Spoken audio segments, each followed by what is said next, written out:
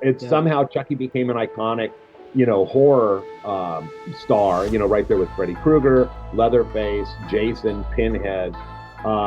It's pretty incredible how Mm. that took off, which was never the intention, from what Tom Holland was saying.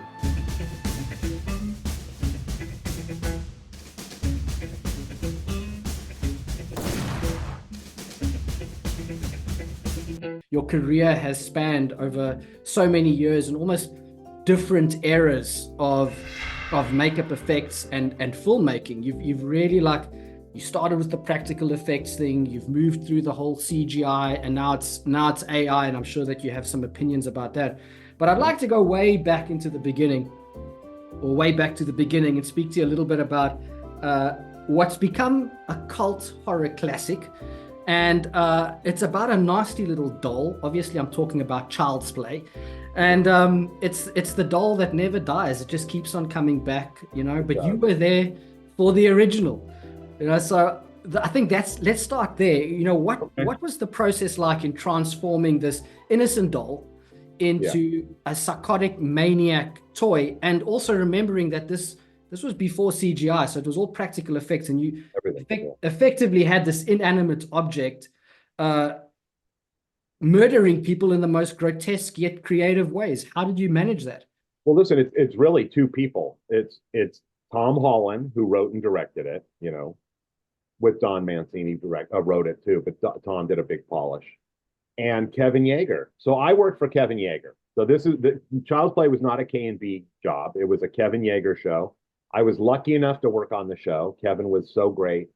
And he really wanted to do something that had never been done before. And Chucky had never been done before, a full animatronic puppet, a multitude of them, and through the course of the film in different stages, at the end he gets burned and this and da da da da da.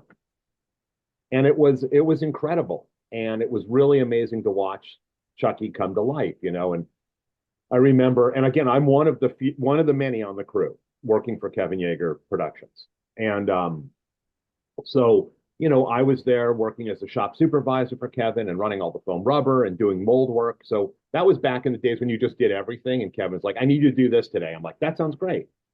I wasn't on the art department on any level. So, and Jim Cagle sculpted the head, and it went through a variety of stages, until it came to where everybody was happy with it, which is the look of Chucky. But it was cool. I mean, we tried a whole bunch of different things. We had a great mechanical team. Al Coulter and Dave Nelson were the spearheaded that for Kevin. And again, never been done before. They built a cable operated puppet. They built a radio controlled puppet. We had all different parts: insert hands, insert legs, running legs.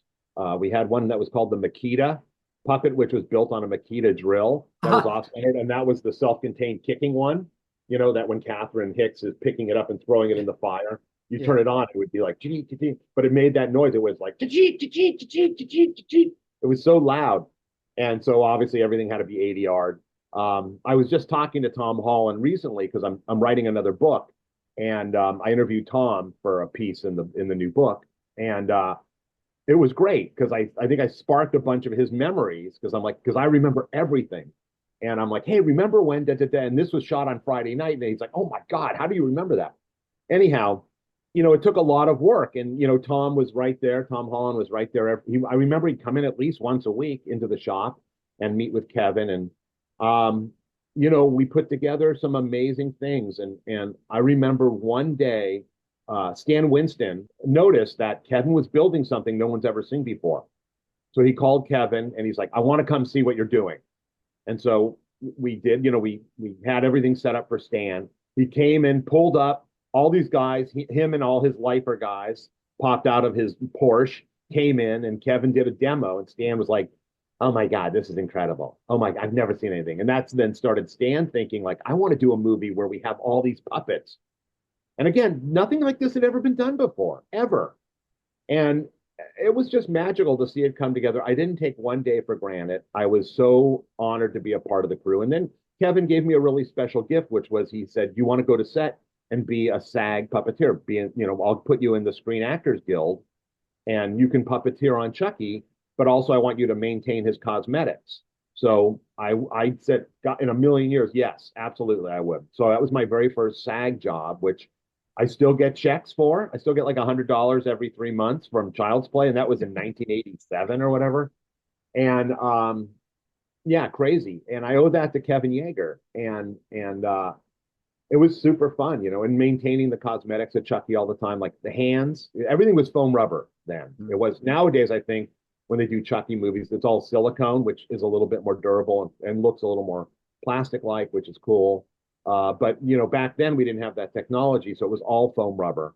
But his hands would fall apart, not fall apart, but the tips would get really dirty. You couldn't do anything about it. If you tried to cover it up with paint, it'd just get muddy looking. Or the mechanical fingertips would burst through the tips of the foam hands. So I had thousands of foam rubber hands. Have to keep changing them out. I probably changed them like 2 or 3 times a day. So I wish I had kept the bag of hands. I never threw them out. I kept the giant bag. Probably Kevin's like, don't throw those out, just give them back to me. So look on eBay for Chucky hands. So I don't know. But yeah, it was so great, and getting to puppeteer Chucky, be one of the many puppeteers, because there was quite a handful of us. It was really great, and I videotaped the whole making of the movie, and I have video of everything, and it was pretty. And once in a while, I'll watch it. I'm like, wow, look at this is groundbreaking stuff. So, but it's crazy to see how it's grown. Again, talking to Tom Holland, even he was like, I can't. I mean, he wanted to kill Chucky. He's like, I did kill Chucky at the end of the movie because I didn't want any sequels. But somehow Chucky came back. So Chucky keeps coming back. He's still coming back. And that was, like I said, 1987 or whatever when we did that movie. And, they're still making TV shows and talking about another movie. And, Chucky will just keep going and going. As long as the almighty dollar keeps rolling in, Chucky will live. That's really what it's about. Well, I actually want to ask you a little bit about that. I mean, you mentioned Stan Winston, and I want to get to him in a moment. But, you just mentioned that Chucky keeps coming back. What do you think it is about? I mean, not necessarily from just a makeup perspective. Of course, the special effects had a big part in that. But what do you think it is about that particular type of horror movie, or that particular specific horror movie, that just keeps on coming back? What do you think it is that people find so attractive about it? Well, I think they're scary to people. I mean, everyone is familiar with dolls. Everyone's had a doll in their house at one point.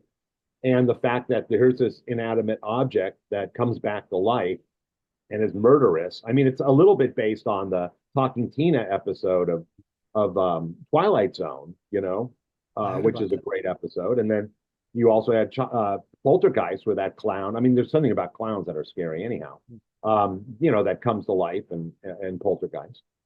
But I think dolls have always been a little spooky, Then, of course, all the Annabelle movies and all that stuff people love. I think it's just that you can relate to that, You're like, okay, there's a doll sitting there, and maybe when I turn the lights off, the thing comes to life, walks around the house and gets a knife. Who knows? But yeah, there's just something about it. Somehow Chucky became an iconic character. And even people that have not seen the movie get scared of the image. Case in point, my wife Miriam is Norwegian. She's from Norway, and her family lives there. And we have 2 nephews. They're young, and there's like a graffiti painting of Chucky on a wall by their house, and the kids will not go near it. And it's Chucky holding a knife, and the kids are horrified by it. They literally will go around the block so they don't have to look at the graffiti painting of Chucky holding a knife on a wall. So even children that haven't seen the movie are terrified of, like, what the hell is that? Yeah. I don't know what it is. It's somehow Chucky became an iconic, horror star, right there with Freddy Krueger, Leatherface, Jason, Pinhead. It's pretty incredible how that took off, which was never the intention, from what Tom Holland was saying. But there's a hook. Some people just love Chucky. I love Chucky. I love Chucky. So yeah. And what I thought about the original makeup, the original doll itself, is that it struck that balance between being innocent as well as sinister. It didn't sort of veer too much into the sinister side. It looked Right. just, just had that. Like I think I mean, I really enjoyed Annabelle, but when you look at the Annabelle doll, it looks pretty scary. It's like I don't really imagine a kid's going to pick that up and play with it. But Chucky to sort of, it's kind of like Bart Mixon's makeup with Pennywise the clown, the original. You can imagine a kid going up to that clown, and then realizing it when it's too late. There's something off here. Yeah, well, hey, look at John Wayne Gacy and his clown makeup, Pogo, and underneath that makeup was a serial killer. So you never really know. Yeah, I think he gave clowns a bad name. Gaze into the abyss.